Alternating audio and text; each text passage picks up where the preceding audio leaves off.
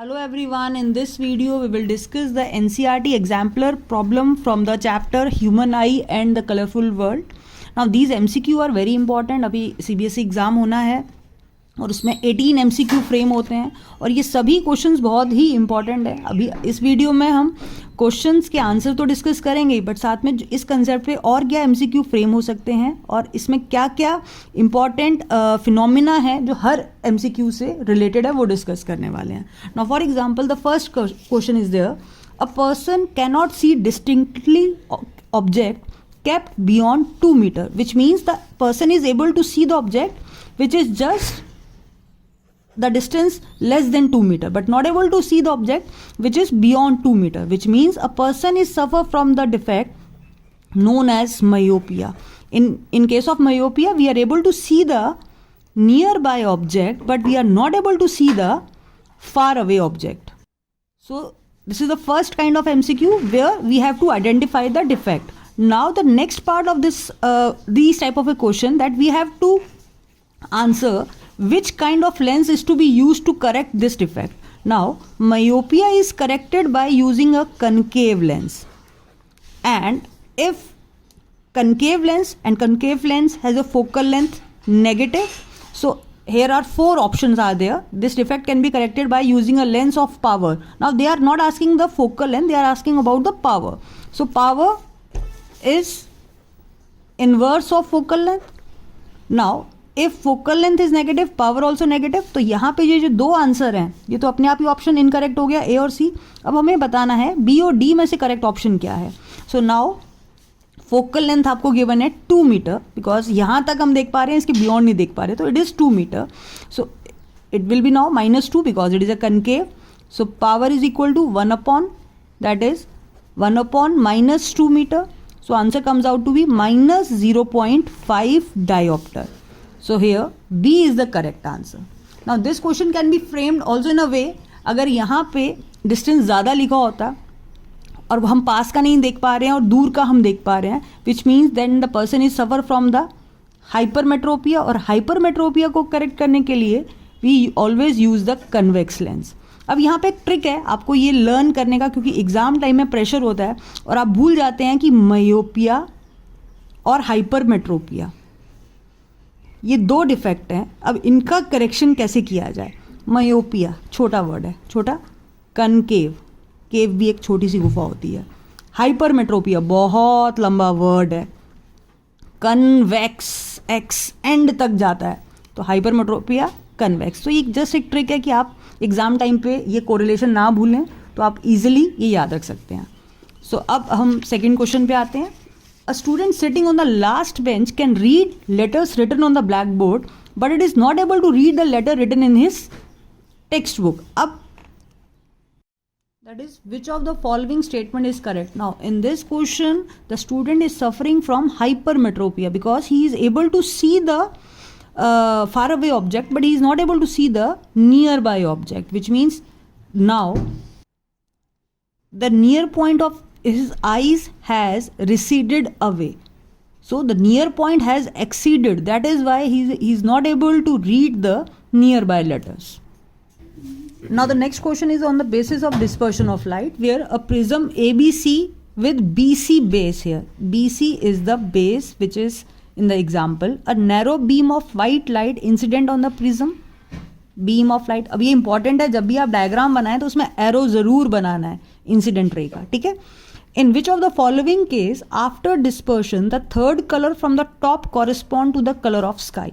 इन general book में diagram ऐसी होता है, तो बच्चे यहाँ क्या गलती कर देते हैं सबसे पहले कि यही करेक्ट वर्जन है, इसे करेक्ट कर देंगे, जबकि ऐसा नहीं है. क्वेश्चन यहाँ पे क्या है कि third colour from the top correspond to the colour of sky. तो ये एक जर्नल इसका डायग्राम है जो यूजुअली होता है कि एक वाइट लाइट आती है, इंसिडेंट होती है और इस तरह से हमें यहाँ पे पैटर्न मिलता है, स्कैटरिंग ऑफ लाइट मिलती है जिसमें 7 कलर आ जाते हैं. विबग्योर वॉयलेट सबसे नीचे होता है और रेड सबसे ऊपर होता है. अब यहाँ क्वेश्चन में ये है third colour from the top. अब third colour from the top, अगर ये डायग्राम हुआ तो third colour from the top will be the yellow here, पर अभी हमें कौन सा चाहिए, ब्लू. तो विच मीन्स ये उल्टा होना चाहिए, विच मीन्स ये बेस ऊपर की तरफ होना चाहिए. तो बेस ऊपर की तरफ यहाँ पे सिर्फ इस डायग्राम में क्योंकि इस केस में जो हमें डिस्पर्शन मिलेगा तो यहाँ पे रेड नीचे की तरफ होगा और वॉयलेट ऊपर की तरफ होगा. फॉर एग्जाम्पल इसी को अगर मैं ऐसे रिवर्स कर दूँ तो अब क्या होगा, third colour from the top will be the blue. So which means B option here is the correct one. And important point ये था कि third colour from the top correspond to the colour of sky. तो colour of sky blue होता है और third colour top से it will be blue only in this case. But अगर ये सिंपलेस्ट क्वेश्चन होता कि third colour from the top is yellow तो तब ये ऑप्शन फर्स्ट करेक्ट होता. पर अभी क्योंकि कलर ऑफ स्काई बोला गया है, ब्लू कलर है और वो तभी पॉसिबल है जब ये रिवर्स में रखा होगा. अब डिस्पर्शन पे और एमसीक्यू क्या बन सकता है कि अगर व्हाइट लाइट पास हो रही है तो कौन से colour of light least deviate हो रही है. तो red is the least deviate हुआ, ठीक है, और वॉयलेट है जिसका मैक्सिमम एंगल ऑफ डेविएशन है, मतलब बेंडिंग सबसे ज़्यादा वॉयलेट में है और सबसे लीस्ट बेंडिंग रेड में है. इसी तरह से वेवलेंथ अगर हम बोलें, वेवलेंथ सबसे कम वॉयलेट की होती है और वेवलेंथ सबसे ज़्यादा रेड कलर की होती है. तो ये दो और क्वेश्चन हैं जो इस टॉपिक से फ्रेम हो सकते हैं. Now next question is at noon the sun appears white as light is least scattered. All colour of white light are scattered away. Blue colour is the scattered most and the fourth option here is red colour is scattered the most. तो यहाँ पे option first correct है that light is least scattered in the noon. So अब इसी topic पे दो और question बन सकते हैं कि सनसेट और सनराइज पे सन रेड क्यों होता है, ठीक है. अभी जैसे हमने डिस्कस किया कि जब ओवरहेड है तो वो वाइट है, रीजन लेस स्कैटरिंग हुई because sun is nearly overhead and sunlight has pass through much smaller portion of the earth, that is scattering is much less than, hence it looks white. But जब ये horizon पे है, that is during sunset और सन time, sunset and sunrise, जो distance light ने travel करना है वो लॉन्गर डिस्टेंस करना है, जिसमें ब्लू सारा स्कैटर कर जाएगा और जो रेड कलर है वो लीस्ट स्कैटर्ड होगा क्योंकि उसकी लॉन्गेस्ट वेवलेंथ है. That is why at sunset and sunrise it appears to be red in colour. So ये रीजनिंग का भी पार्ट हो सकता है, एमसीक्यू का भी पार्ट हो सकता है कि रेड कलर ही क्यों अपीयर होता है, क्योंकि वो लीस्ट स्कैटर्ड हुआ और उसने लॉन्गेस्ट डिस्टेंस ट्रेवल किया. असर्शन का भी पार्ट हो सकता है, लॉन्गेस्ट लीस्ट क्यों स्कैटर्ड हुआ, क्योंकि उसकी लॉन्गेस्ट वेवलेंथ है, ठीक है. तो इस टॉपिक पे 3 से 4 तरीके से क्वेश्चन फ्रेम हो सकते हैं, MCQ, 1 mark, reasoning and assertion and reasoning part also. So again I am repeating, during noon the sun is nearly white because light is least scattered here because distance बहुत कम था. और sunset और sunrise पे long distance travel करना होता है in which blue is scattered the most and red light which is not scattered and it travel the longest, it has the longest wavelength, it travel the longest distance and hence it just appears to be red in color. And in this long distance blue already scattered the most.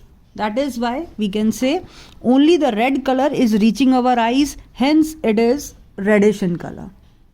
Now the next topic, which of the following phenomena of light are involved in the formation of rainbow? Now in rainbow formation, so this is the diagram. Now this is the diagram for the rainbow formation, that is rays from the sun enters the raindrops. Now raindrops act as a small prism, so the first step here is the refraction which is taking place, then there is the dispersion of light and then there is a internal reflection. So there are 3 phenomena which are occurring. First one is a refraction because this raindrop act as a prism, then the dispersion of light will take place and finally the internal reflection will take place and it reaches the observer here, which means the third option here is the correct one. Now the next question here is, twinkling of stars is due to the atmospheric dispersion? No. Refraction of light by different layers of varying refractive index? No. This is the correct answer because surrounding the earth atmosphere is the different layer that is having different temperature, due to which the density is different, hence refraction will take place when the light enters from the outer atmosphere towards the earth, due to which the stars appears to be twinkling. Now the next question here, the clear sky appears because blue color, because a part blue light get absorbed in the atmosphere? No. Ultraviolet radiation are absorbed? No. violet and blue light scattered more than the lights of all other colors by the atmosphere. Now this is the correct answer because violet and blue light is having very the shortest wavelength and it can be easily scattered by the smaller particles. Hence the clear sky appears to be blue. And as we know, red has the longest wavelength. So because of their shortest wavelength, they are scattered the most. Now the next one is, which of the following statement is correct regarding propagation of light of different colors of white light in air? Red light move fastest, blue light move faster than green light, all the color of white light move with the same speed, yellow light moves with the mean speed as they have red and violet. Now here option C is the correct answer because the light travel with the same speed. Whether it is a red, blue, all are moving at the same speed. Only they are deviate at a different angle in the prism, but otherwise different color of lights are moved with the same speed in a vacuum. So here option C will be the correct. अगर यहीं पे question होता कि कौन सा ज़्यादा bend हुआ या लीस्ट डेविएट हुआ, तो रेड है वो लीस्ट डेविएट हुआ, ब्लू है जो मोस्ट डेविएट हुआ, बट स्पीड सभी कलर्स ऑफ लाइट की सेम होती है. अब ये बहुत ही इंटरेस्टिंग और इम्पॉर्टेंट क्वेश्चन है जो रीजनिंग में भी पूछा जाएगा कि डेंजर सिग्नल्स जितने भी हैं वो रेड कलर के क्यों होते हैं. The danger signals installed at the top of tall building are red in colour which can be easily seen from the distance because, अब डिस्टेंस से भी दिख रहे हैं और कलर भी दिखाई दे रहा है because it least scattered. Is scattered the most by the smoke? No. Scattered least by the smoke और fog? Now this is the correct answer. अब यही क्वेश्चन को इसी तरह से फ्रेम किया जा सकता है कि फॉगी डेज में जो अगर हम जितने भी हमारे व्हीकल्स हैं उसमें हम रेड जो डिपर होता है उसको ब्लिंक करते हैं, उसका रीज़न ये है कि जो रेड लाइट है that scattered the least by smoke और fog. So here B is the correct answer. And one more point, why it is least scattered red light? Because it has a longest wavelength. Now next is, which of the following phenomena contributes significantly to the reddish appearance of the sun at sunrise or sunset? जहाँ पर भी colour की बात होगी, ठीक है, यहाँ पे भी सनसेट पे और सनराइज पे रेड कलर क्यों है? क्योंकि वहाँ पे स्कैटरिंग इन्वॉल्व है. ठीक है, स्कैटरिंग में क्या हुआ कि ब्लू कलर स्कैटर्ड हो गया मोस्ट और रेड लीस्ट स्कैटर्ड हुआ, इसलिए हमें सनसेट और सनराइज पे दिखाई दिया. तो यहाँ पे 4 ऑप्शंस हैं. Dispersion of light. ना डिस्पर्शन में तो सिंपल होता है कि लाइट स्प्लिट हुई, यहाँ स्प्लिट की बात नहीं है, यहाँ स्कैटरिंग की बात है क्योंकि ब्लू नहीं हमें दिखाई दे रहा, हमें रेड दिखाई दे रहा है. So here option B is the correct answer, that is scattering of light. Now the next one is the bluish colour of the water in deep sea is due to again the presence of algae? No. Reflection of sky in water? No. Scattering of light और absorption of light by sea? जहां पर भी colour की बात हो रही होगी कि कलर क्यों वो दिखाई दे रहा है, वहां पे आंसर सीधा है scattering of light, that is option C here. When the light ray enters the eye, most of the refraction occurs at crystalline lens, outer surface of the cornea, iris and pupil. So answer here is outer surface of cornea. Now the focal length of eye lens increased when the eye muscles. अब ये एक important point है, eye lens, focal length of eye lens increases when eye muscles. अब increases कब होगा? जब lens का size बढ़ेगा. ठीक है, अब हमारे पास 2 तरह के साइज होते हैं, एक लेंस छोटा हो गया और एक बड़ा हो गया. इसको कंट्रोल कर रही हैं ये सिलरी मसल्स.